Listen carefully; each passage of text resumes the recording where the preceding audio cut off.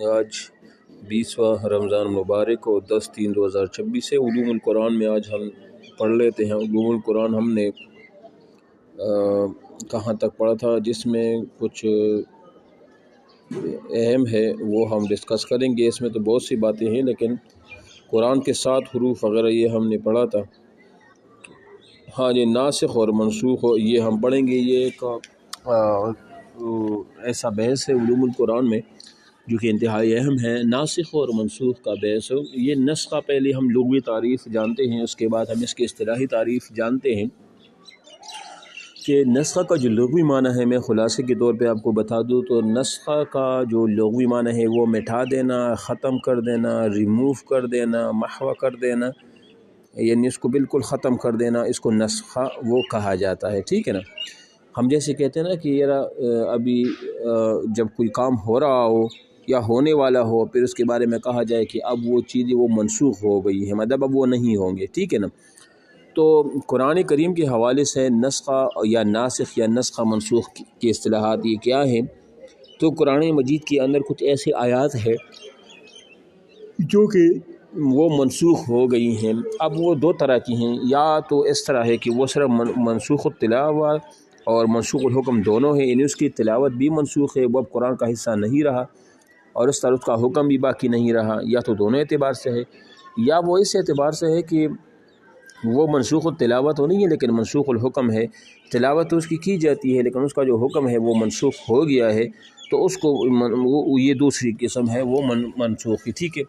اب اس کا جو اصطلاحی معنی ہے وہ یہ ہے کہ رفع حکم شرعی بدلیل شرعی متراخ عنہ، ایک حکم شرعی کو دوسرے حکم شرعی کے ذریعے اٹھا دینا، ختم کر دینا، ڈیلیٹ کر دینا، یہ کیا کہلاتا ہے؟ یہ نسخہ کہلاتا ہے۔ اب جو پہلا والا حکم ہوگا وہ منسوخ شمار ہوگا، اور جو دوسرا حکم ہوگا آنے والا نیا وہ ناسخ ہوگا۔ ناسخ کا مطلب ہے منسوخ کرنے والا، اور منسوخ جو سے پہلا تھا مطلب ہے کہ وہ منسوخ ہو گیا ہے، اس میں مفعول کا صیغہ۔ ٹھیک ہے؟ اب یہ نسخے کی حکمت کیا ہے، یا نسخے کی منسوخ آیات کی تعداد کتنی ہے؟ تو ویسے تو عام طور پر مشہور یہی ہے کہ پہلے منسوخ آیات کی تعداد امام شاہ ولی اللہ کے نزدیک وہ 20 ہے، امام جلال الدین سیوطی امام شاہ ولی اللہ کے نزدیک یہ 5 ہے، اور جلال الدین سیوطی رحمۃ اللہ علیہ کے نزدیک یہ 20 ہیں، اور ابن العربی محی الدین ابن العربی کے نزدیک یہ 21 ہے، اور بعض جو لوگ ہیں کسی کے ہاں 8 ہیں، کسی کے ہاں 10 بھی ہیں، وغیرہ وغیرہ۔ ٹھیک ہے؟ یہ منسوخ ہے۔ بہرحال ہر ایک نے اپنی اپنی وہ ایک جو ہے نا وہ دلیل کے طور پر یہ کہا ہے کہ اتنی آیات وہ منسوخ ہے۔ بہرحال یہ تو ایک بات ہے۔ دوسری بات یہ ہے کہ یہاں پر 2 چیزیں ہیں جو سمجھنے کے لیے ضروری ہے، کہ ایک نسخہ ہے متقدمین کے نزدیک، اور دوسرا نسخہ ہے متاخرین۔ متقدمین کون ہوتے ہیں؟ بعض لوگ کہتے ہیں کہ متقدمین جو امام ابو حنیفہ کے دور تک جو علماء کرام تھے ان کو متقدمین کہا جاتا ہے، اور امام ابو حنیفہ یا امام ابو یوسف امام محمد کے بعد جو کہ علماء ہیں ان کو متاخرین وہ کہا جاتا ہے۔ تو متقدمین کی نزدیک جو منسوخ آیات کی تعداد ہے وہ 500 سے بھی زیادہ ہے۔ ٹھیک ہے نا؟ اور جو متاخرین ہیں، متاخرین میں مختلف اقوال ہیں، کسی کے ہاں 5 منسوخ ہے، کسی کے ہاں 20، کسی کے 8 ہے، اور ایک متجددین کا جو ہے نا وہ دور ہے، جو جس طرح محمد عبدہ ہے، رشید رضا ہے، سر سید احمد خان ہے، وغیرہ وغیرہ، یہ کہتے ہیں کہ قرآن کی ایک آیت بھی جو ہے نا وہ منسوخ وہ نہیں ہے۔ وہ کہتے ہیں کہ جو عارضی طور پر ابھی منسوخ ہے، کوئی وقت ایسا آئے گا جس میں یہ تمام آیاتوں پر دوبارہ عمل ہوگا۔ وہ کہتے ہیں کہ ایک آیت بھی منسوخ ہو نہیں ہے۔ بہرحال ہر ایک کی اپنی رائے ہے، لیکن ہم یہ جان لیتے ہیں کہ جو متقدمین اور متاخرین کے درمیان اتنی بڑی تعداد جو منسوخ آیات وہ 500 سے زیادہ بتا رہے ہیں، یہ ایسا کیوں ہے؟ پہلے اس چیز کو سمجھ لیں کہ ایک نسخہ کا 2 معنی ویسے وہ لے لیتے، ایک تو نسخہ عارضی ہوتا ہے، اور ایک نسخہ وہ ہوتا ہے جو ایک حکم کو بالکل ہی یا ختم کیا جائے، بالکل ختم کیا جائے، وہ ایک نسخہ ہے۔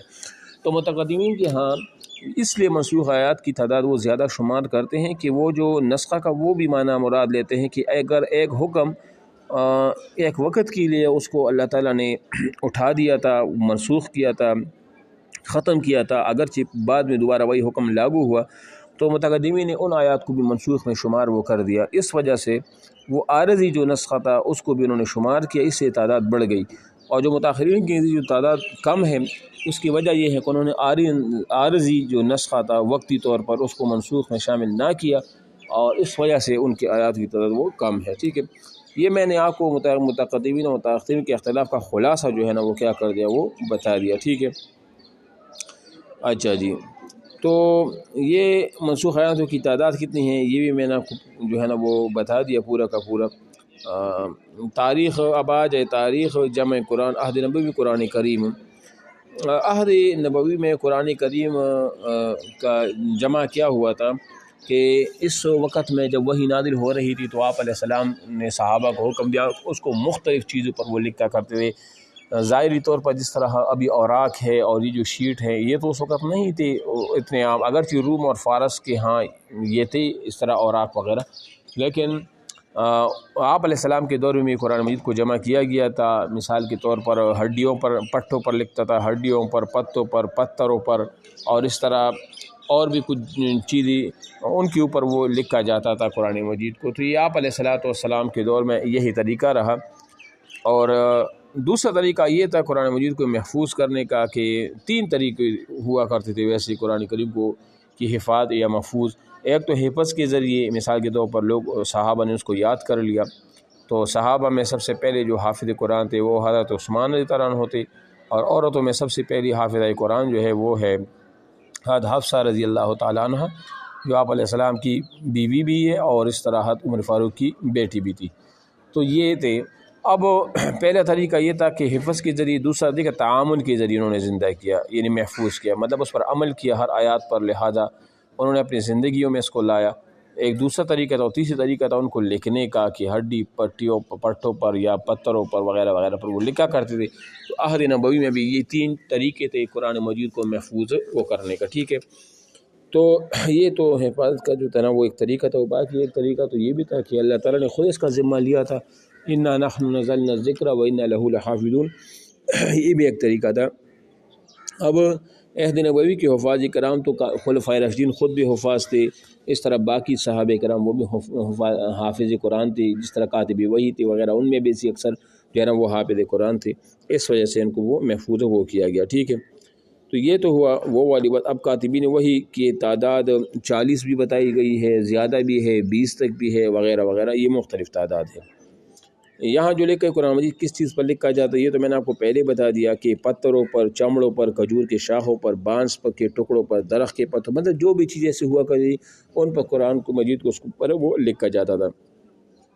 پھر صفحہ نمبر 60 پر آپ دیکھیں عہد ابو بکر اور جمع قرآن۔ اصل میں یہ 2 طریقے ہیں کہ قرآن مجید کو دو ادوار میں اس کو جمع کیا گیا، ایک تھا عہد صدیقی میں اور دوسرا تھا عہد عثمانی میں، لیکن اس میں تھوڑا سا فرق بھی ہے، اور وہ فرق اس سے اعتبار سے ہے کہ دونوں ادوار میں قرآن مجید کو یعنی کہ تدوین قرآن ہوئی، لیکن فرق اس میں یہ تھا کہ جو حضرت ابوبکر صدیق کا دور تھا اس میں وہ جو مختلف چیزوں پر قرآن لکھا گیا تھا صرف ان کو جمع کیا گیا، ایک مصحف کے اندر ان کو جمع کیا گیا، ٹھیک ہے، ان قرآن مجید کو۔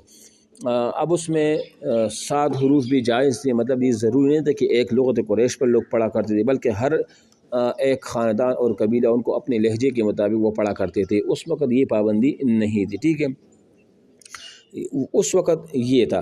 اور جو دوسرا جو ہوا تھا وہ، اور اس کی مین وجہ یہ تھی کہ عہد صدیقی میں اس طرح کیوں ہوا، یہ ضرورت کیوں پیش آئی کہ قرآن مجید کو ایک مصحف کے اندر جمع کیا گیا۔ اصل میں ایک جنگ تھا جو ہوئی تھی، اس میں کافی صحابہ شہید ہوئے تھے، حفاظ کرام، جو کہ جنگ یمامہ ہوئی تھی مرتدین کے خلاف، مسیلمہ کذاب کے خلاف جو جنگ ہوئی تھی اس میں کافی صحابہ شہید ہوئے تھے حفاظ کرام۔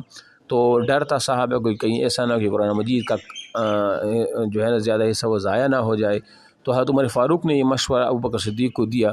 پہلے تو ابوبکر صدیق نے اس چیز میں دلچسپی نہیں لی، وہ تھوڑا سا ان کو ڈر تھا کہ جو کام آپ علیہ السلام نے نہیں کیا وہ میں کیسے کروں، لیکن اس کے بعد اللہ نے اس کا سینہ کھول دیا اور پھر انہوں نے یہ کام کر دیا، امت پر بہت بڑا احسان کیا، انہوں نے قرآن مجید کو ایک مصحف کے اندر وہ جمع کر دیا۔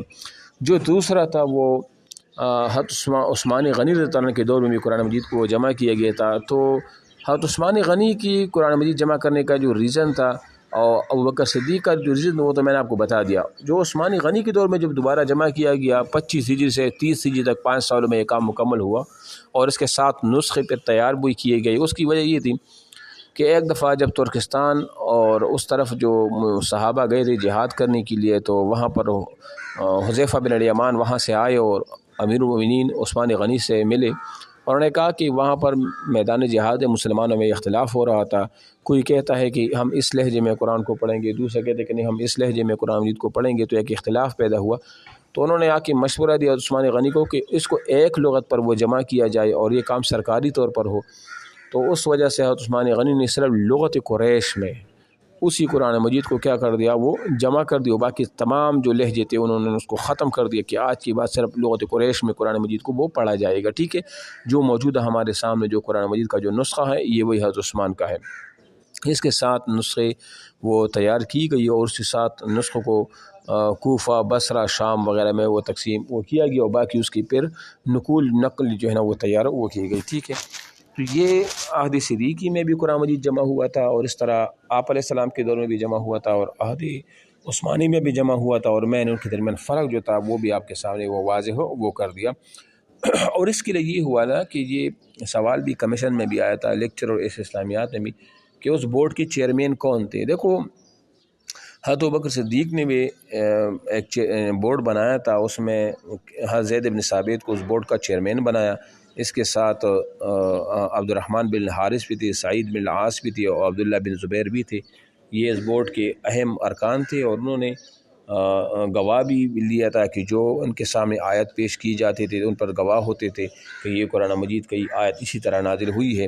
پھر یہی زید بن ثابت عثمان غنی کے دور میں بھی چیئرمین رہے اس بورڈ کے, اور اسی طریقے سے انہوں نے قرآن مجید کو کیا کر لیا وہ محفوظ وہ کر لیا. تو یہ حضرت عثمانی کے ہیں جمع قرآن, وہ میں نے آپ کو پورا تفصیل جو ہے نا وہ آپ کو وہ بتا دیا. ٹھیک ہے, اب انشاءاللہ کل یہاں سے قرآن کریم کی نئی جو ترتیب ہے نا یہاں سے ہم اس کو انشاءاللہ ڈسکس وہ کریں گے.